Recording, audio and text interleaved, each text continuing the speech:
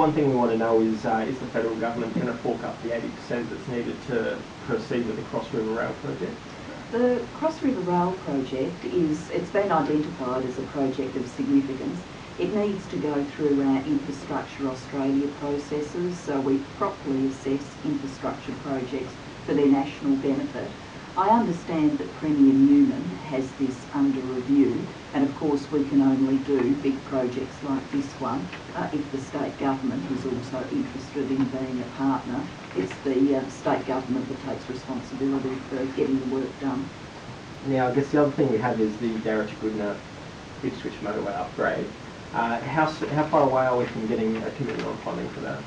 Well, I have with me a man with a great deal of expertise in the Ipswich motorway, our local member here, Shane Newman, who represents Blair, and of course Bernie Rippold in the electorate of Oxley also takes a big interest in this. You want to take it away? Shane can tell you all about it. Well, as you know, we've doubled the funding for road, rail and ports here in Queensland, $8.5 billion. More than double what the Howard government did in 12 years when they were in power. And on the Ipswich motorway from Darra through to Dingwall, we put in $3.3 billion. It's the biggest road project in the history of Queensland. The Darra to Rocklea section is the missing link, and recently the Queensland government has provided us with some plans in relation to it. It needs to be costed and more work done in relation to it. Anthony Albanese, the Federal Roads Minister, was asked this question. He said it's something we should be looking at in the future. Certainly we'll go through the Infrastructure Australia process, but in the next round of nation building in 2014-15, it's something that should be looked at. Certainly it's something that Bernie Rippold and I, Member for Oxley, are pushing very hard for. As you know, anyone who drives along that road, there's a bottleneck around about Oxley. So will there be any commitment before the next election? We are pushing very hard in relation to those issues. It's certainly something that I think we've seen the benefit of the Darra to Dingwall section. With the economic development, it's improved the whole life and economic prospects of the people of the Western Corridor. It's something that Bernie and I are pushing very hard for. Something I think the Prime Minister will hear a lot about in the future. I'm sure that's right. I mean, this is the subject of very strong local representation from Shane and from Bernie. We work off properly costed, drawn up plans, and that process is underway now. Now, another one that we had is about palliative care. Now, I'm not sure if you know, but the Canossa Private Hospital up in our area recently lost 10 beds. Are you going to be reviewing the levels of palliative care that need to be provided by the government? I know it's a state government issue, but there's also a federal government review going on, I believe. We've made more resources available. In fact, we've made an additional more than $300 million available for what are called subacute beds, like palliative care beds. The location of those beds is a question for the Queensland government, but from our end, we understand how important they are to health services, which is why we've been prepared to increase funding by more than $300 million over 4 years. We've also seen the benefit of that with Ipswich Hospice, which is federally funded, of course, and state funded. We've set a new bed there in Ipswich Hospice, which covers the whole of the Western Corridor, and about $200,000 of federal government funding was recently put into that. I opened that hospice extension. It was well received, it's well respected, and it covers the whole of the area from southwest Brisbane through to the Lachlan and Beacon Barracks. Now, obviously, we've got a lot of questions on the carbon tax. One from the Southern Star is small businesses have been given no guidelines on how to deal with or pass on the cost of the carbon tax.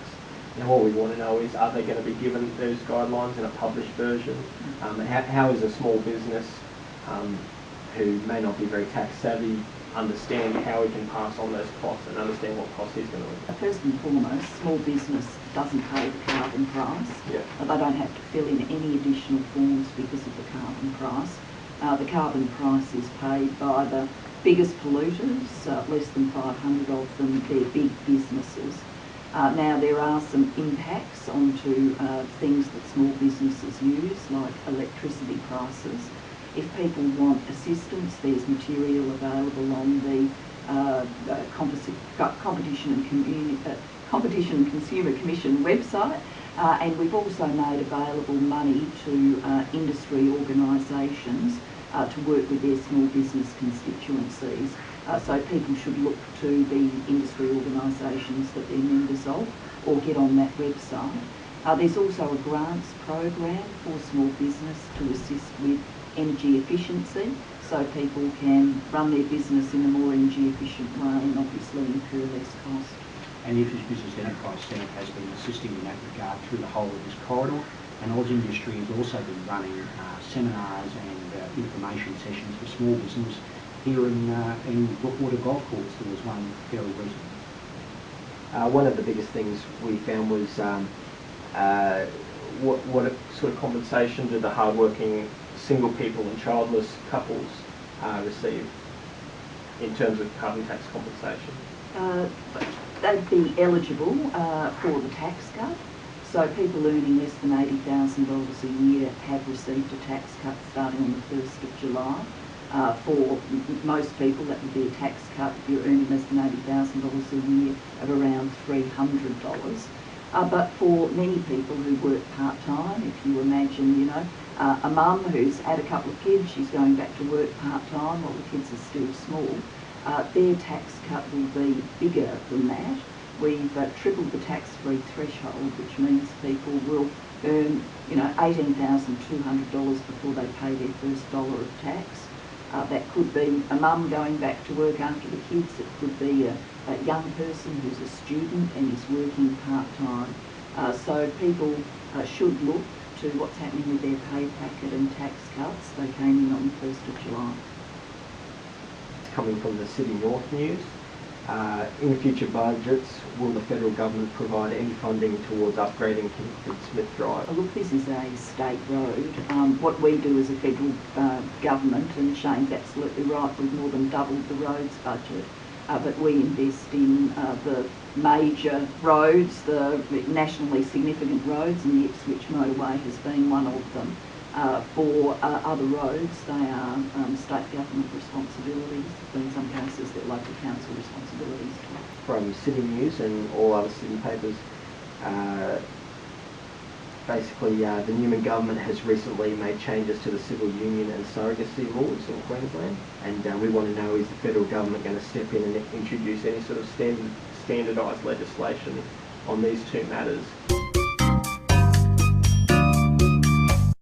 Superannuation system or our social security system, we've made sure that same-sex couples get the same treatment as other couples. There is a private members bill before the federal parliament about marriage, same-sex marriage, amending the Marriage Act.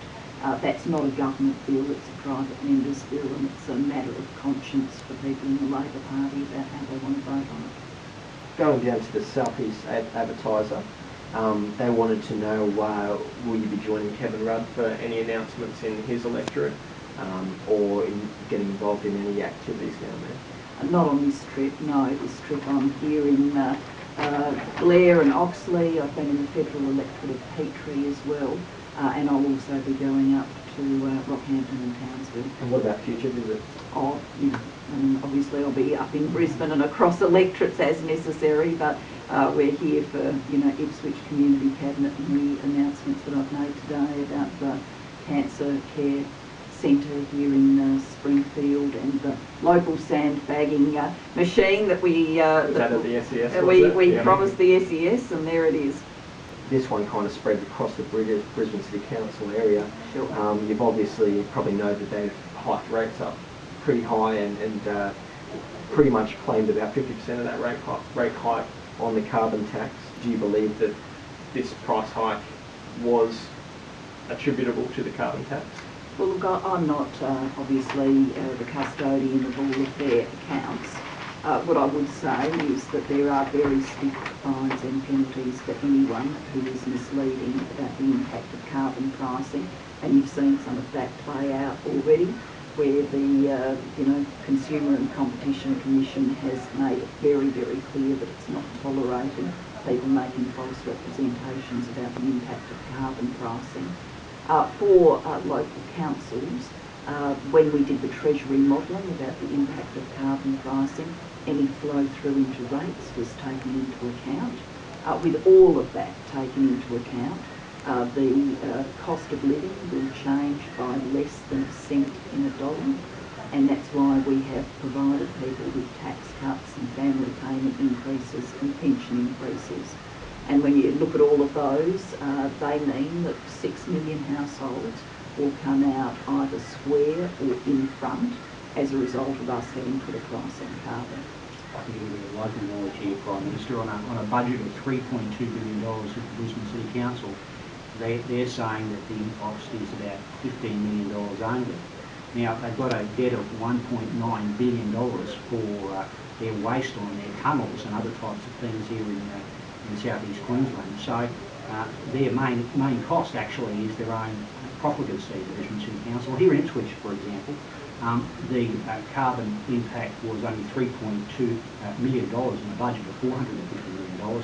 Interesting enough, it's 0.71%, exactly what the Federal Treasury said would be the impact on the economy and on their budget. So they're getting increased funding, and the Brisbane City Council actually was successful in the community energy efficiency grants into the tune of millions and millions of dollars, but they don't talk about that when they actually talk about the impact.